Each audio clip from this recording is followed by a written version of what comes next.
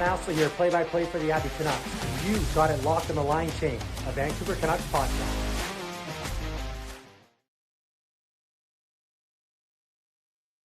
On a scale of 1 to 10, how much of a must-get is Gavin McKenna for the Vancouver Canucks?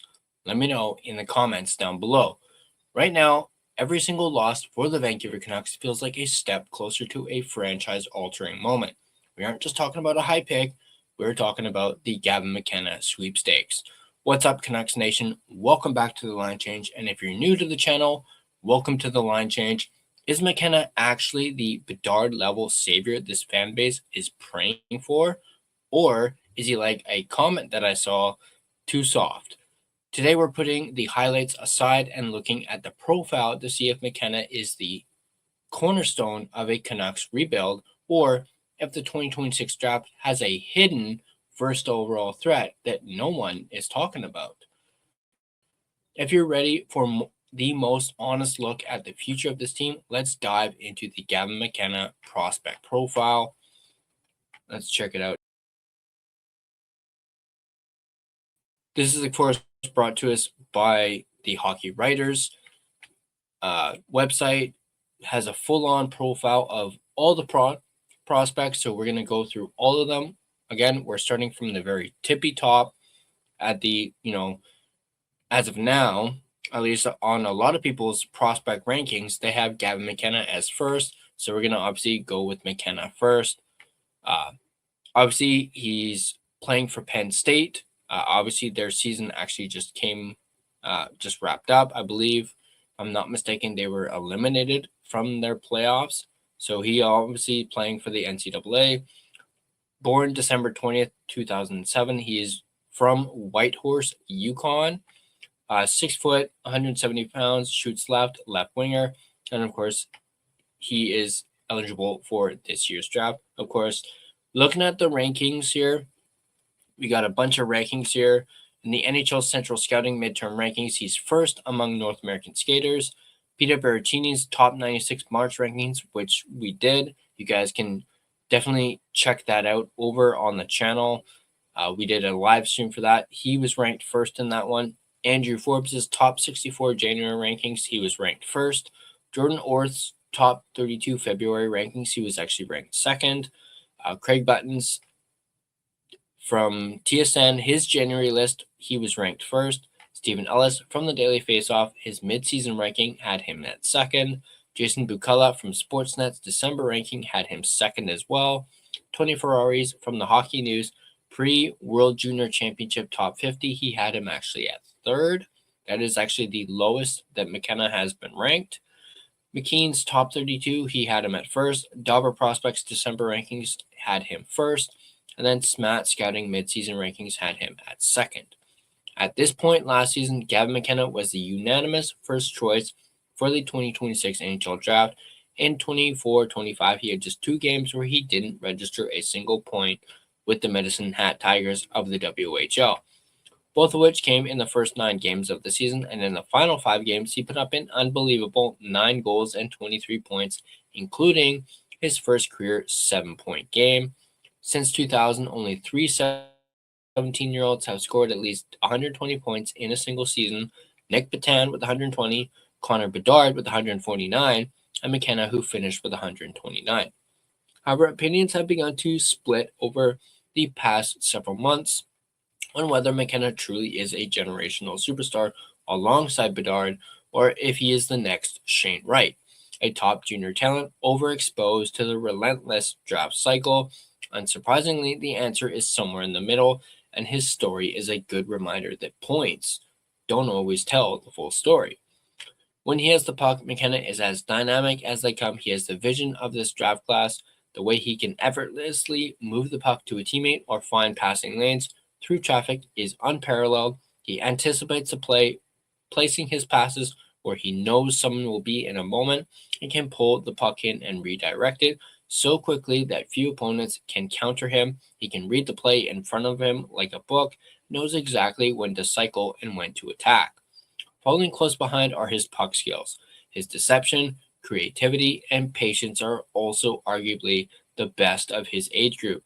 While playing with the Medicine Hat Tigers in the WHL, he was a villain, repeatedly forcing the defender to one side before whipping the puck around him, leaving him confused and helpless as McKenna either moved it to a wide open teammate or fired the puck home himself.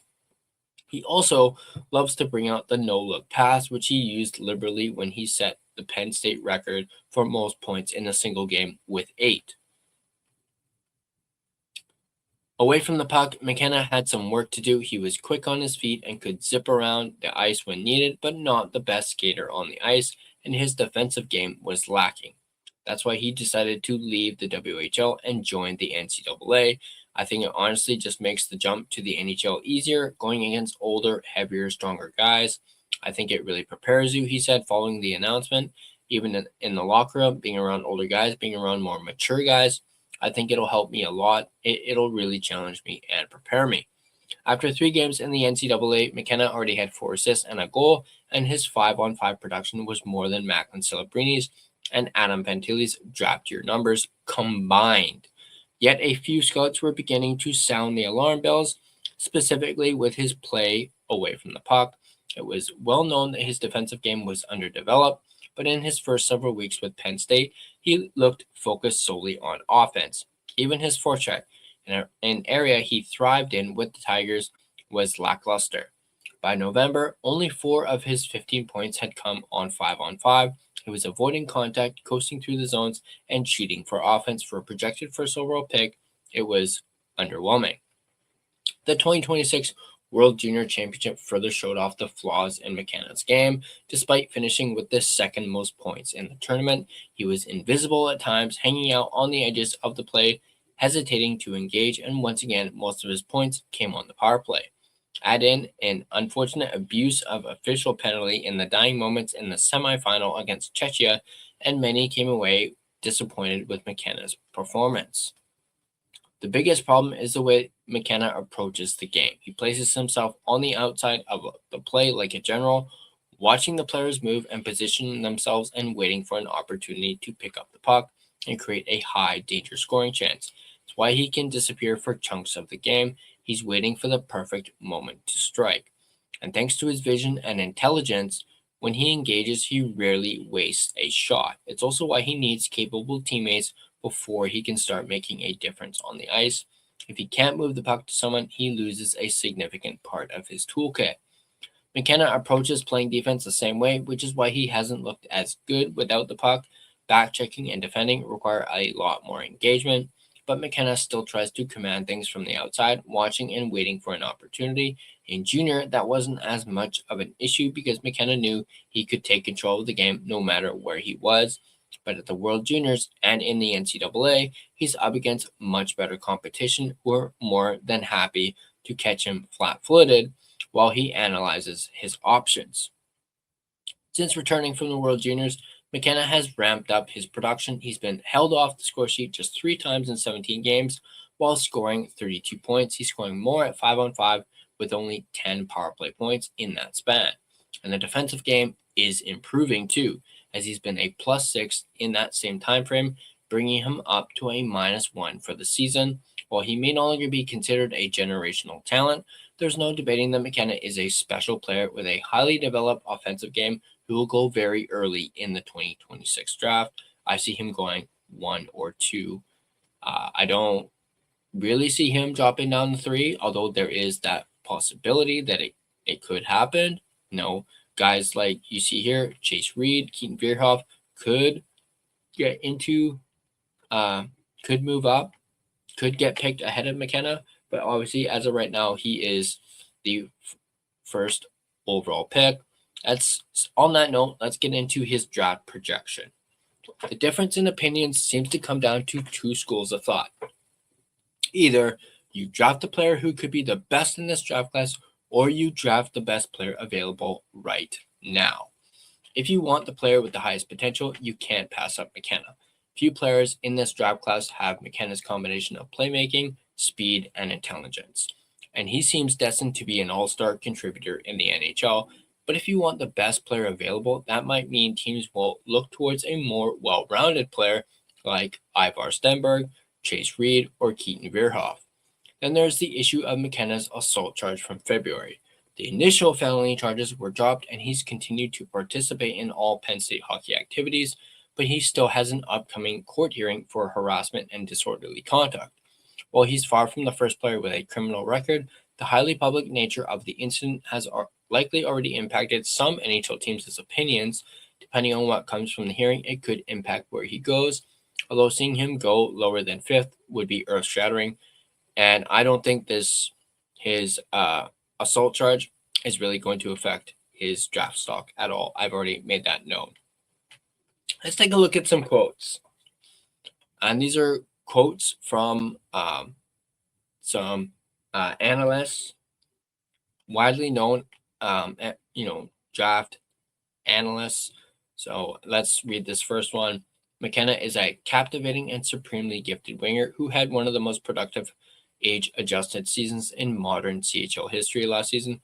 The college game has been a bit of an adjustment, though particularly at 5-on-5, highlighting his lean build and some bad habits, notably a need to be more physically engaged and show more effort off puck. The talent and upside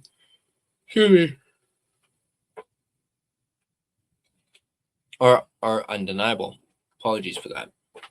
But he's imperfect and increasingly has frustrated evaluators. This was from Scott Wheeler from The Athletic from the 2026 NHL Draft Ranking. Ivar Stenberg takes top spot ahead of Gavin McKenna on Wheeler's midseason top 64, The Athletic from January 20th, 2026. Gavin McKenna is excellent at settling bouncing pucks and can convert on snapshots, curl and drags, and one-timers, all with regularity. Often in motion, McKenna also projects better defensively with strong stick habits and the ability to manipulate puck carriers. Really, though, the biggest separator is McKenna's approach with the puck. For better or worse, McKenna has a huge risk threshold and loves to hang onto the puck. His skill and creativity are perhaps unmatched, finishing multiple plays I've never seen someone even attempt before, but it also leads to him getting caught, sometimes in grimace-inducing ways. This was from Luke Sweeney from Dobber Prospects. Let's take a look at his strengths. Playmaking and puck movement, deception and creativity, vision and intelligence on offense, quick, strong shot, varied shot selection. Let's take a look at his skills that are under construction and where improvements he could make. Defensive consistency, strength and willingness to engage physically, and his 5-on-5 production. Let's take a look at his NHL potential now.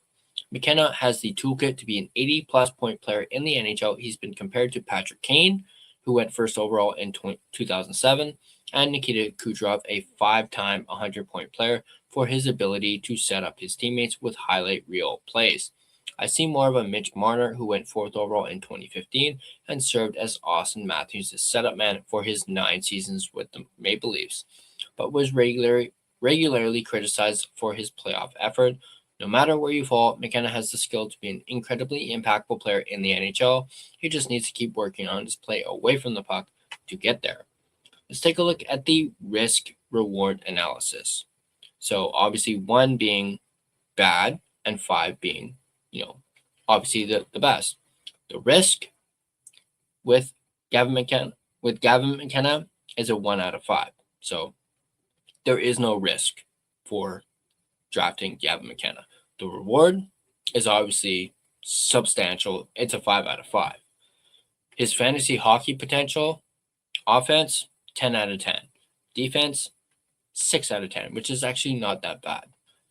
His awards and achievements, he was the 2023-24 WHL Rookie of the Year, the Jim Piggott Trophy, 23-24 WHL Central Division All-Star Team, 23-24 WHL Rookie Assist Leader, CHL Rookie of the Year in 23-24, and then the CHL All-Rookie Team in 23-24, and then the 2024 World Hockey Championship All-Star Team, the U18 World Junior Gold Medal in 2024, the U18 World Junior All-Star Team in 2024, the U118 World Junior Goal Leader in 2024, the Hlinka Gretzky Cup Gold Medal in 2024, and the WHL Eastern Conference All-Star Team in 24-25, WHL Champion in 24-25, the Ed Chenoweth Cup, the WHL 4 Broncos Award, Player of the Year in 24-25,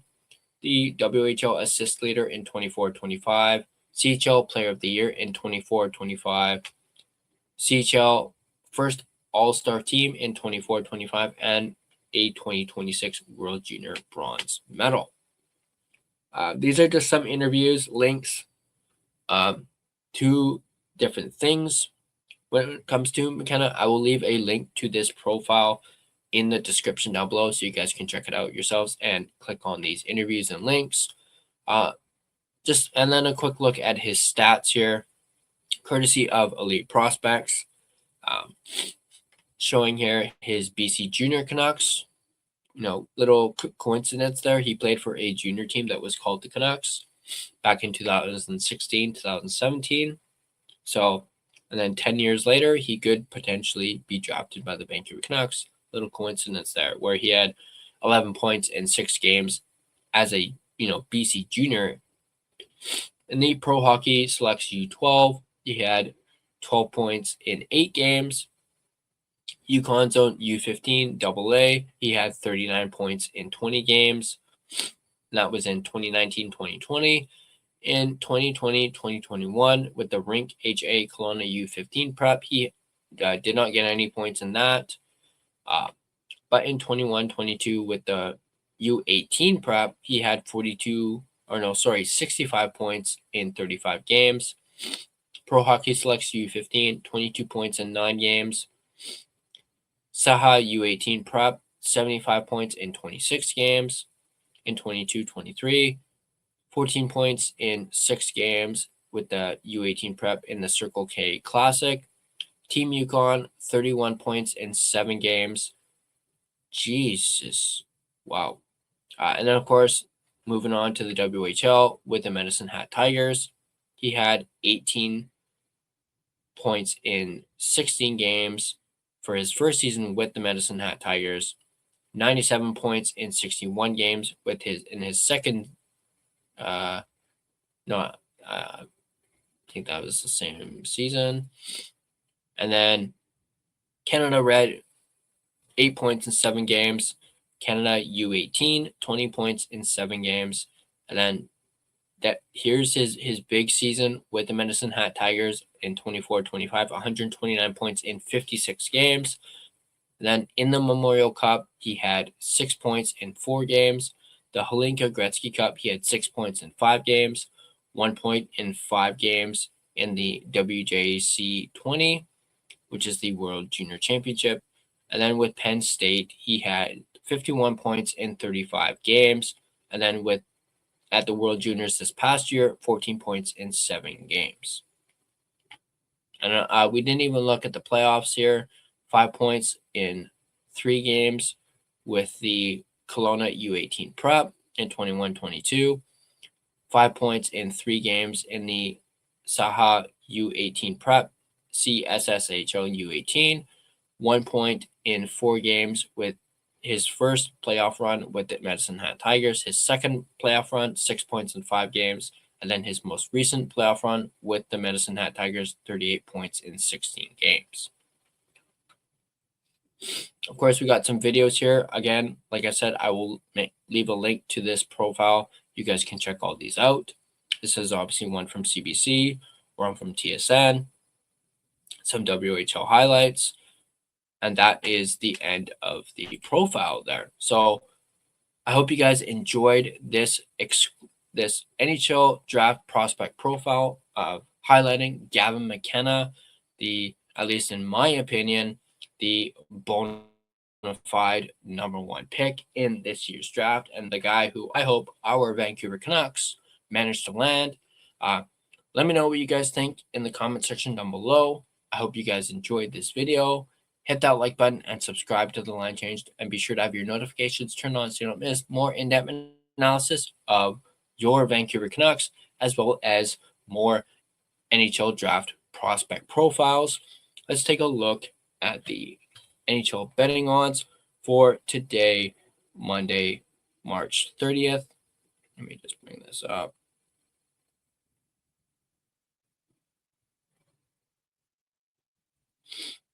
Let's take a look at the St. Louis Blues and the San Jose Sharks. The Blues are a plus 1.5 and a minus 278 on the puck line and a minus 110 on the money line. The Sharks a minus 1.5 and a plus 225 on the puck line, while a minus 110 on the money line. Just a reminder, these odds are, of course, subject to change. And, of course, please play responsibly. Now, a big shout out and thank you to the sponsor of this video, none other than DraftKings Sportsbook, which is, of course, an official sports betting partner of the NHL. DraftKings Sportsbook, an official sports betting partner of the NHL, is built for the fastest game on ice. With player props and live betting, every shift, every shot, every save gives you options to get in on the game with DraftKings Sportsbook. New customers bet just $5, and if your bet wins, you get $300 in bonus bets instantly. Download the DraftKings Sportsbook app and use code THPN, that's code THPN, to turn $5 into $300 in bonus bets if your bet wins. In partnership with DraftKings, the crown is yours. Gambling problem? Call 1-800-GAMBLER. In New York, call 877-8-HOPE-NY or text HOPE-NY. In Connecticut, call 888-789-7777 or visit ccpg.org. On behalf of Boot Hill Casino in Kansas, wager tax pass-through may apply in Illinois, 21 plus in most states. Void in Ontario, restrictions apply. Bet must win to receive bonus bets, which will expire in 7 days. Minimum odds required. For additional terms and responsible gaming resources, see dkng.co/audio. This is a limited time offer. Copyright 2026 NHL, all rights reserved. This video has been a presentation of both DraftKings Sportsbook as well as the Hockey Podcast Network. Be sure to check out the network for your favorite podcast covering your favorite team at thehockeypodcastnetwork.com, the home of hockey podcasts, where it's every team, everywhere. Once again, drop your comments down below, and I will reiterate that question from the very beginning. On a scale of 1 to 10, how much of a must-get is Gavin McKenna for the Vancouver Canucks? Let me know again in the comment section down below. Thanks for tuning in, and I'll catch you guys. Also, like this video on your way out. Subscribe to the Line Change if you're not. Of course, I greatly appreciate it, and it really helps out the channel. Thanks for tuning in, and I'll catch you guys on the next NHL Draft Prospect Profile.